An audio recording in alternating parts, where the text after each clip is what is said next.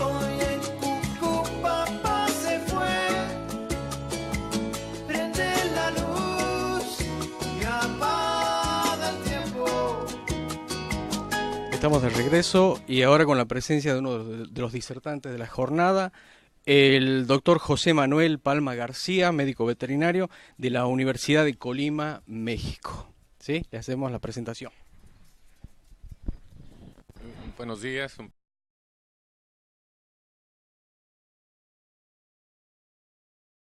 Gracias por la invitación y por la oportunidad de participar en este evento tan importante para la región. Muchas gracias por su presencia y comenzamos con las preguntas. Una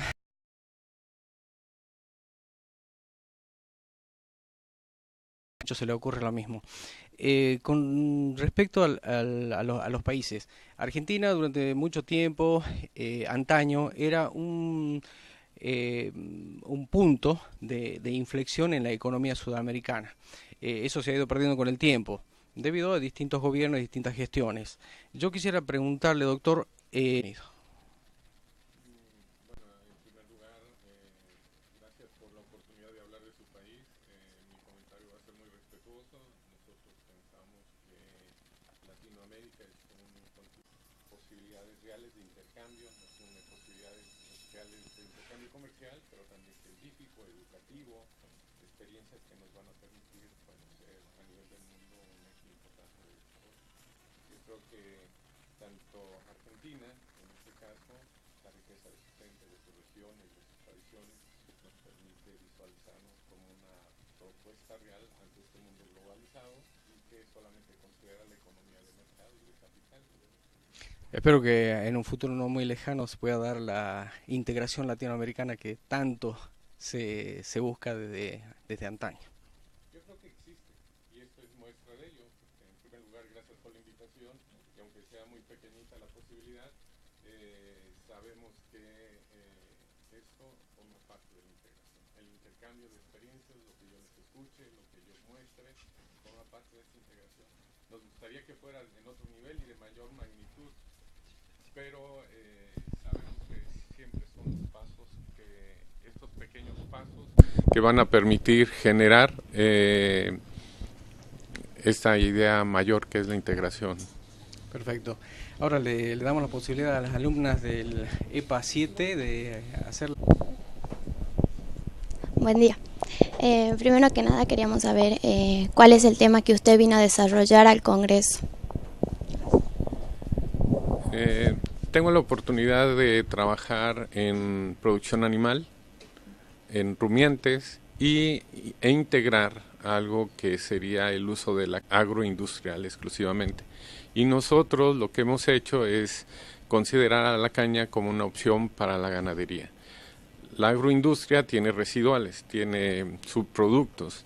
Entonces, desde el punto de vista del campo, queda punta de caña o el despunte de la caña, y ese puede ser una opción que se queda en el campo o puede ser una herramienta para la ganadería.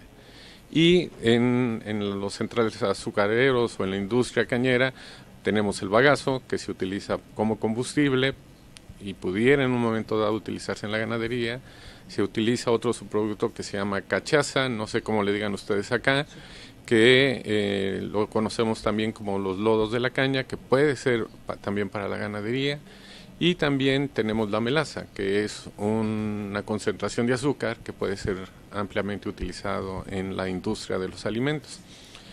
Pero también consideramos a la caña como una opción de forraje. Entonces, caña de azúcar como forraje, y allí podemos ver que puede ser la caña sembrada como tal en los predios que lo necesiten, o puede ser caña quedada, ya sea porque administrativamente no se cortó y queda en pie y para el cañero puede ser un problema, por lo tanto se dedica a la ganadería, o puede ser caña que está siniestrada, caña que se quemó, caña que se heló y que se puede incorporar para el uso en la ganadería.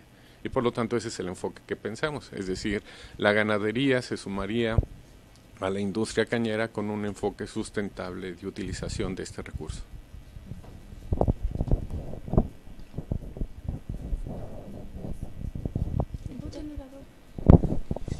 ¿Y de qué institución viene? Yo estoy en la Universidad de Colima, México, y estoy adscrito al Centro Universitario de Investigación y Desarrollo Agropecuario. Y nuestra idea en ese sentido es en tres aspectos. Uno es adoptar, si ya existe una tecnología, pues llevarla con los productores y que la adopten. Otro es adaptar, existe una tecnología, pero necesita ciertas adecuaciones y por lo tanto tenemos que hacer ajustes y eso pudiéramos hacerlo desde nuestro centro. Cambios en el conocimiento pueden hacer que tengamos cosas nuevas. Por ejemplo, hace muchos años, yo lo voy a mostrar en la conferencia, los productores nos decían, ¿se puede ensilar caña?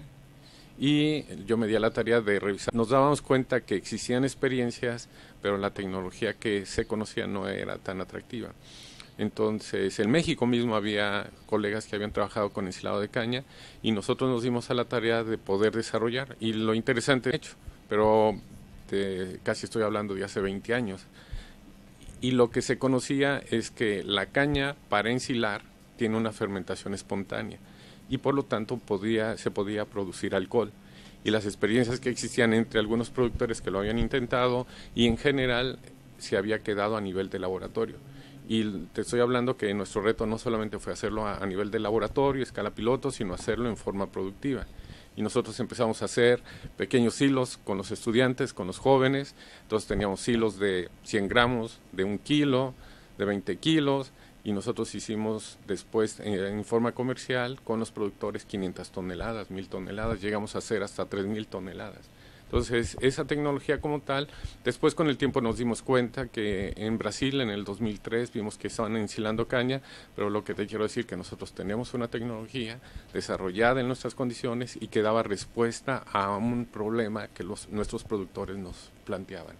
Entonces, eso permitió que al desarrollar esta tecnología, bueno, ¿qué sucedió? Tenemos una herramienta para poder utilizar caña todo el año, nos quitamos el problema de utilizar la caña cuando está lloviendo, que se descomponga la maquinaria, que los carros se queden atascados, que tengamos que gastar más en mano de obra, en mecánicos, etcétera. Entonces, en ese sentido, la ciencia dio una respuesta a un problema que tenían nuestros productores. ¿Y todo esto lo practica con los alumnos o solo ¿cómo puedo decirlo, los profesores, los ingenieros? Fíjate que no, mis estudiantes no sabían qué iban a hacer, yo les dejé una tarea, la tarea es pónganse a ensilar diferentes productos, maíz, pastos, frutos y caña, y dentro de las tareas había unos que tenían caña. Entonces después les dije, pónganles diferentes aditivos. Como yo conozco las características de la caña, entonces los orienté para que ellos hicieran un experimento. Entonces para ellos era una tarea, estaban haciendo su tarea, pero lo que yo estaba haciendo era una experimentación. Entonces lo que quiere decir que el aprendizaje es múltiple. Y después nosotros agregamos bacterias lácticas. Entonces la conclusión era que si nosotros cubríamos la calidad, los elementos nutrimentales de la caña y les agregábamos un aditivo, que en este caso eran bacterias lácticas, generábamos una fermentación idónea. Y no hemos tenido alcohol en esa fermentación, teníamos un ensilaje de caña de excelentes concentraciones. Entonces yo tengo estudiantes de licenciatura, de maestría, de doctorado, yo tengo mi doctorado en ciencias, entonces hago investigación y muchas de nuestras investigaciones para nosotros es la investigación, pero tienen que estar los jóvenes, porque eso permite que haya generación de conocimiento y además que haya una educación para que se facilite. De nada me sirve tener una información, tener una tecnología si soy el único que la sabe. Mientras más la sepamos, es mejor.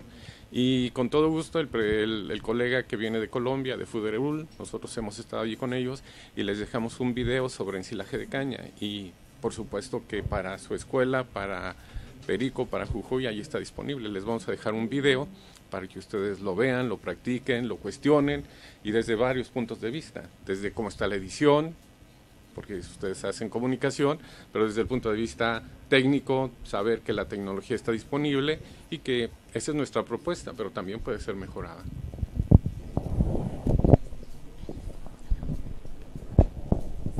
¿Y qué opina usted de las prácticas profesionalmente de los alumnos?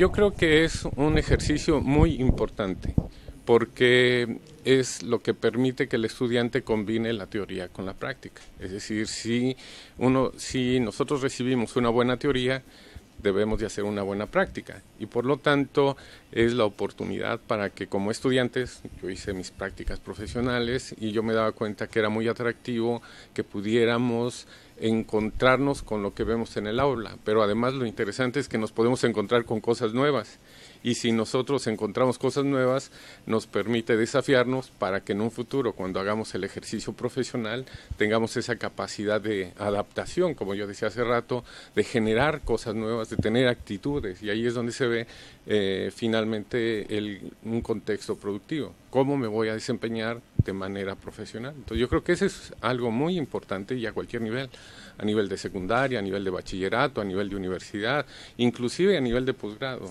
La ciencia tiene, en nuestro caso pensamos que la ciencia agropecuaria tiene que estar ligada con el campo, con los problemas de nuestra gente, porque eso va a permitir que haya un desarrollo y si hay un desarrollo va a haber mejores condiciones para todos.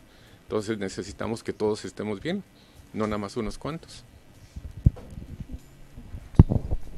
Hay una pregunta que me quedó. México ha tenido modificaciones con respecto a la ley, la distribución de tierras, que no se han dado todavía en la Argentina. A su criterio, ¿en Argentina se podría mejorar la situación económica de los pequeños y medianos productores con una modificación de la distribución de las tierras, con una ley agraria? ¿Cuál es su criterio? Realmente la pregunta es muy compleja porque no conozco a profundidad cómo es la distribución de la tierra en Argentina. Yo creo que a nivel del mundo el 60% de los alimentos se produce a nivel de escala familiar. Entonces lo que implica es cuáles serían las condiciones, si es que también se dan en Argentina, para que los productores de escala familiar o de escala pequeña puedan tener un mejor desarrollo. Y mejor desarrollo me estoy refiriendo no solamente desde el punto de vista económico, sino también desde el punto de vista asociativo, desde el punto de vista educativo, es decir, que tengamos una integración mayor, no solamente de tipo económico productiva, porque entonces estamos hablando de un crecimiento. No tengo dinero y de repente ya tengo, pero eso no implica que lo pueda invertir o que lo pueda manejar adecuadamente, sino que necesitamos que haya desarrollo, y entonces desarrollo implica desarrollo de la unidad de producción, desarrollo del individuo, desarrollo con la familia. Entonces yo creo que en ese sentido tendríamos que meditarlo. Si estas condiciones tal vez de distribución de la tierra, de acceso a capital, de acceso a mejores condiciones, implica una reforma agraria, bueno, bienvenida. Si no, a lo mejor lo que tenemos que hacer es optimizar lo que tenemos y saber que hay opciones con lo que tenemos que puede ser favorable para el desempeño. Yo, por ejemplo, le puedo decir que en México se hizo una revolución, nuestros abuelos hicieron una revolución que inicia en 1910, concluye en 1920, pasa de una concentración de la riqueza a distribución de la tierra, se hace toda una propuesta en donde hay avances importantes y después se llega a la conclusión que hay que modificar el artículo 27 de nuestra Constitución que se refiere a la tenencia de la tierra. Entonces se luchó por la tierra, que era el eje de la revolución, y en 1986 nuestros gobiernos, nuestros economistas dicen que la producción familiar no es lo ideal y que es necesario concentrar de nuevo la tierra y se modifica para que la gente pueda tener de nuevo una cantidad de tierra más grande. Y esto lo que nos hace es pensar en un fenómeno en que no se ha resuelto la pobreza y por lo tanto no por hacer reformas en leyes significa que resolvemos el problema. Nosotros, y eso pasa a nivel del mundo, nosotros tenemos una concentración de la riqueza en donde unas cuantas familias, le puedo ya dar un dato muy concreto, 10 familias en México tienen el 11.7% del Producto Interno Bruto de nuestro país. Es una concentración extraordinaria de la riqueza. El modelo económico que tenemos, el modelo capitalista neoliberal, lo que ha hecho es que haya millones de pobres, de pobreza y vulnerabilidad, con unos cuantos que concentran la riqueza. Entonces, a lo mejor no les gusta que se cuestione esto, pero eso es nuestra realidad. Nosotros en el campo tenemos una situación grave.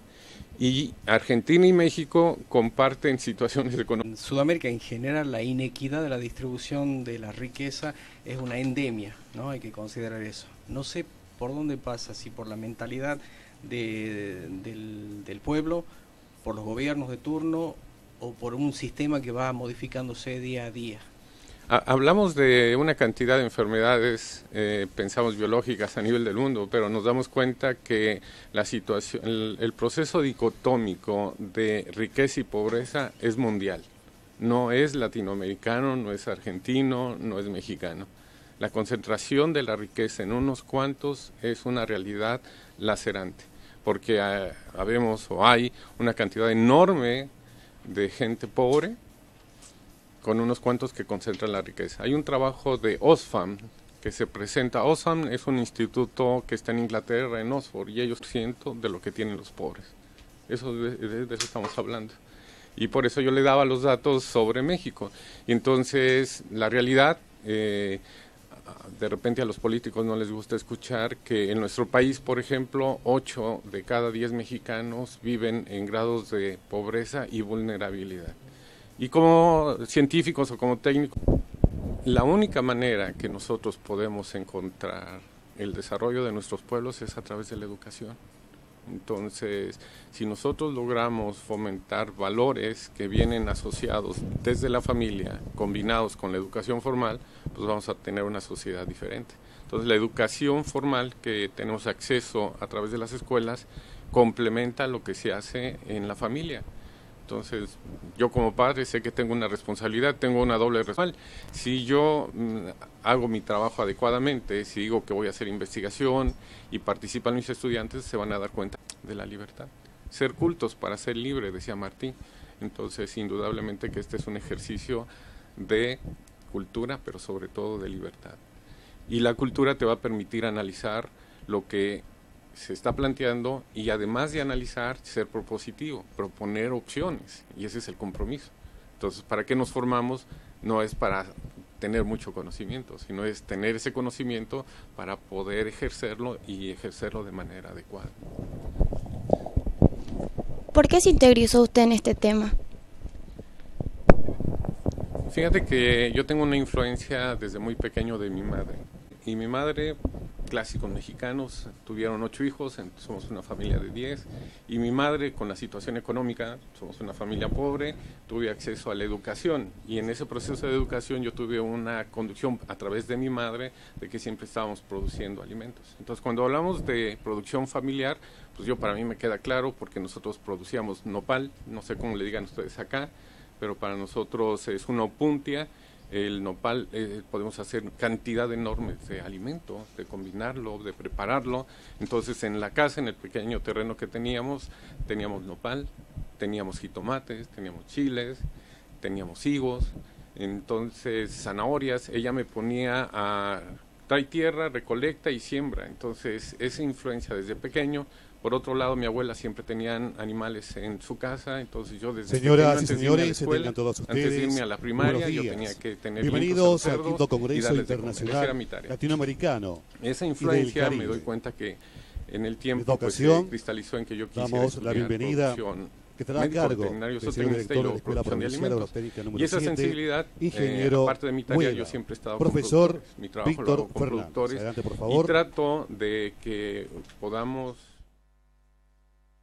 ¿Qué tal? Muy buenos días a todos, autoridades presentes, alumnos, público en general, y a nuestros ilustres visitantes de Colombia, de México y de la República Argentina, de Ayacucho, no me equivoqué esta vez. Muy bienvenidos. Les agradezco a todos que una vez más nos estén acompañando, principalmente a la gente de la municipalidad y a la Agradezco gente su estancia en Jujuy, Argentina y Perico, y espero que pase lo mejor que sea posible y que aporte todo su conocimiento, comparta con nosotros.